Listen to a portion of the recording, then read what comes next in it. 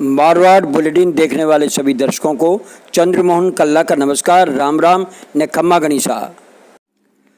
जिस कांग्रेस ने देश को आज़ादी दिलाई और बरसों तक उसने देश पर शासन किया, करिश्माई नेता थे जिसमें इंदिरा गांधी का नाम सबसे ऊपर है, उसके बाद में राजीव गांधी, जिन्होंने कि लोकसभा में 400 सीटें तक ला कर के देश की जनता का दिल जीता था। आज कांग्रेस में नेताओं का एक तरह से अकाल हो गया है।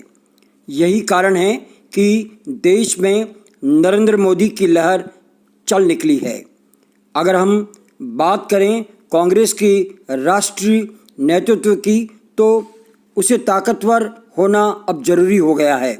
सोनिया गांधी अस्वस्थ है तो राहुल गांधी को गत लोकसभा चुनाव में प्रधानमंत्री का चेहरा बताकर कांग्रेस ने चुनाव लड़ा। वो नरेंद्र मोदी के चेहरे के सामने टिक नहीं पाए। अब हालात ये है कि दूर दूर तक कांग्रेस के पास ऐसा कोई नेता ही नहीं बचा है जो कि करिश्माई नेतृत्व दिखाकर पूर्व में इंदिरा गांधी व राजीव गांधी की तरह एक लहर के साथ जनता से वोट खरीद सके। बाद में देश को आर्थिक संबल देने का तोहफा प्रधानमंत्री डॉक्टर मनमोहन सिंह के रूप में दिया गया, तो अगले 5 साल फिर उन्होंने देश पर शासन किया। बस उसके बाद किसी करिश्माई नेता के नहीं होने से आम पब्लिक देश का नेतृत्व कांग्रेस को नहीं दे पा रही है।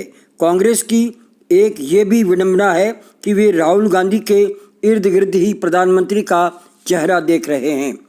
गैर गांधी परिवार की बात करें तो अनुभवी नेताओं की कहीं कमी नहीं है, लेकिन वे देश में लहर ला सके वो दूर दूर तक कोई नेता नज़र नहीं आता है। ऐसे में कमज़ोर नेतृत्व और बिना चेहरे के लोकसभा चुनाव में नरेंद्र मोदी के सामने कांग्रेस को टिकना नामुमकिन ही लगता है। बावजूद इसके गांधी परिवार के राज्यों में अपनी सरकारों के मामले में भी सटीक कदम नहीं उठाने का नतीजा कर्नाटक, गोवा, मध्य प्रदेश भुगत चुका है, जहां सरकारें तक गंवानी पड़ी है। राजस्थान में भी जो कदम उठाया गया है उसमें वफादार कांग्रेसियों के हाथ निराशाई लगी है। अशोक गहलोत जैसे बड़े नेता के हाथ राजस्थान की कांग्रेस सुरक्षित है और आने वाले सालों में ज़्यादा पावरफुल हो सकती है, लेकिन ऐसा राहुल गांधी होने देना नहीं चाहती। जबकि ऐसे समय में देश की डिमांड और नरेंद्र मोदी जैसे सशक्त नेता के मुकाबले प्रियंका गांधी को प्रधानमंत्री का चेहरा बताकर कांग्रेस सामने क्यों नहीं ला रही है, ये भी बड़ा प्रश्न उठ खड़ा हुआ है। इसका कारण भी राहुल गांधी को ही माना जा रहा है। गांधी परिवार प्रधानमंत्री के पद पर बैठाने के लिए राहुल गांधी को ही चाह रही है और इसीलिए हाथ पैर भी मारे जा रहे हैं। जबकि उनके पास ईमानदारी है, नॉलेज है, खानदान का लेवल है, फिर भी राहुल गांधी वोट खींचने की ताकत नहीं रखते। ये कटु सत्य है जिसे स्वीकार करना ही होगा। जनता सरकार विरोधी वोट देती रही है, लेकिन अंतर्राष्ट्रीय मुद्दों पर, देश के भीतर धार्मिक मुद्दों पर जनता की नब्ज क्या चाहती है ये कुब्दी नरेंद्र मोदी के पास है, जिनका विकल्प फिलहाल राहुल गांधी कहीं भी नज़र नहीं आते हैं। ये कटु सत्य है, कांग्रेस को इसे स्वीकार करना होगा और आने वाले दिनों में ऐसा नेतृत्व देना होगा ताकि कांग्रेस की लहर देश में चल सके। नागौर सांसद व रालोपा के राष्ट्रीय संयोजक हनुमान बेनीवाल वैसे तो अपने आक्रामक बयानों से सुर्खियां बटोरते नजर आते हैं, पर फिलहाल वे एक अलग वजह से सोशल मीडिया पर चर्चा का विषय बने हुए हैं। यह है उनका क्लीन शेव का हुलिया। ये नया और डिफरेंट लुक हनुमान बेनीवाल का शनिवार को नए लुक के सामने तस्वीरें देने के बाद सामने आया है। सोशल मीडिया पर डाली जा रही इन तस्वीरों से हनुमान बेनीवाल ने शनिवार शाम को कोरोना संक्रमण के जारी इलाज पूरा होने के संबंध में अपनी समाचार भी डाला है और मीडिया प्लेटफॉर्म पोस्ट भी शेयर की है। कई सालों बाद बेनीवाल क्लीन शेव पर नजर आए हैं। उन्होंने अपनी पोस्ट भी साझा करते हुए लिखा है कि कोरोना संक्रमण अब चला गया है, इलाज पूरा हो गया है। उन्होंने जयपुर में अपने पुत्र आशुतोष और पुत्री विया सिंह से भी मुलाकात की थी। जोधपुर में कोरोना बेकाबू होता जा रहा है। शनिवार को 2 संक्रमितों की मौत हो गई। अगस्त के 22 दिनों में 45 संक्रमितों की मौत हो चुकी है, जबकि पूरे जुलाई माह में 45 मौतें ही हुई थी। अब तक कुल 145 लोग कोरोना से फौत हो चुके हैं, लेकिन चिकित्सा विभाग केवल 139 मौतों की ही पुष्टि कर रहा है। शनिवार को दोपहर तक 140 मरीज सामने आ चुके थे। केंद्रीय जल शक्ति मंत्री गजेंद्र सिंह शेखावत के पीए महावीर सिंह राठौड़ भी संक्रमित पाए गए हैं। आज गणेश चतुर्थी के दिन भी कोरोना का कहर बरपा दिखाई दे रहा है।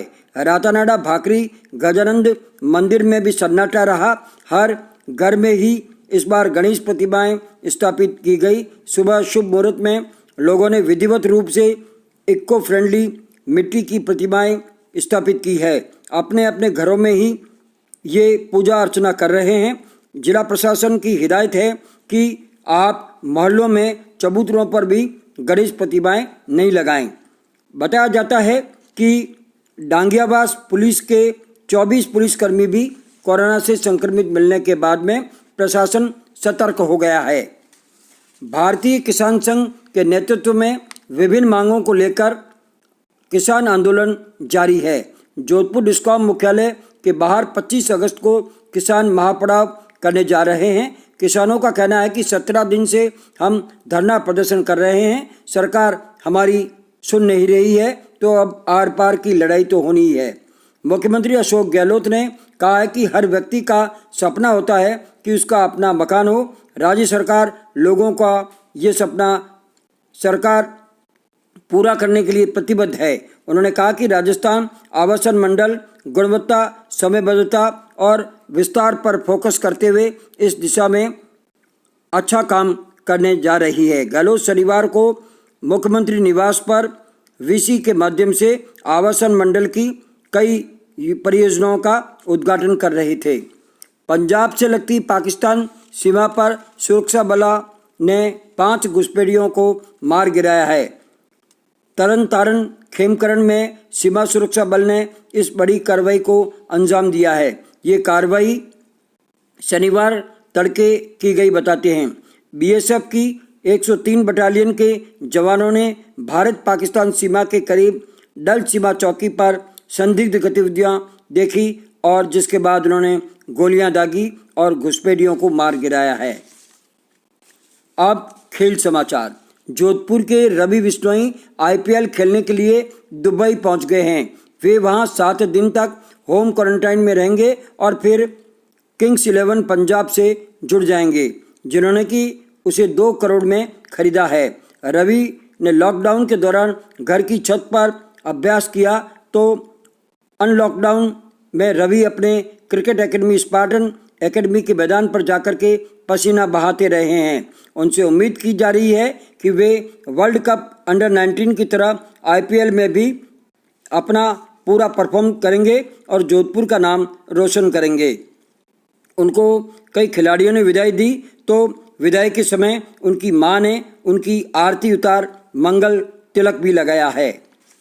फॉल्कन पुंगलिया एकेडमी में प्रवेश जारी है। यहाँ किसी तरह का प्रवेश शुल्क नहीं लिया जाता, केवल मासिक शुल्क के रूप में 1000 रुपया लिया जाता है। फॉल्कन क्रिकेट एकेडमी हर शनिवार व रविवार को क्रिकेट मैच भी खेलने की सुविधा दे रही है। शनिवार को मेडिकल सर्विसेज के विरुद्ध खिलाड़ियों ने शानदार प्रदर्शन किया है। सुरेंद्र चौधरी ने फिर अर्धशतक बनाया है, तो ऋषभ सोनी ने 30 व भानु ने 25 रनों की पारी खेली है। वहीं गेंदबाजी में 14 वर्षीय अनुराग सोनी ने शानदार स्पिन गेंदबाजी करते हुए 2 विकेट चटकाए। आगामी 13 सितंबर से under 14 box single wicket cricket प्रतियोगिता भी आयोजित की जा रही है। आप चाहें तो एकेडमी में प्रवेश ले सकते हैं। बिरला स्कूल के सामने नशा मुक्ति केंद्र के पास आकर के संपर्क करें। संपर्क मोबाइल नंबर 9694088523 है। इसके साथ ही हमारा आज का ये समाचार बुलेटिन यहीं समाप्त होता है। अगले समाचार बुलेटिन के साथ फिर हाजिर होंगे, तब तक के लिए हमें आज्ञा दीजिए। जय हिंद।